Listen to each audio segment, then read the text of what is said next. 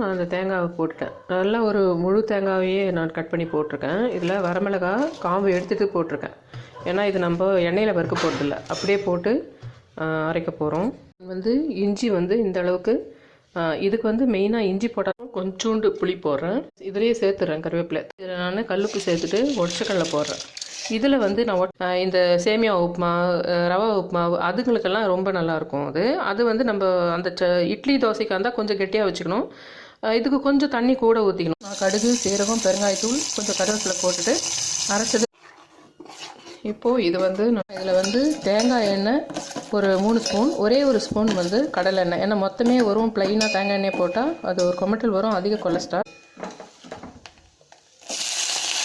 இந்த ரவையும் அதில் போட்டு வறுத்துட்டேன். இதிலே ஒரு ஸ்பூன் உப்பு, பிடிச்ச தண்ணி எடுத்து இதில் நான் ஊற்றிடுறேன்.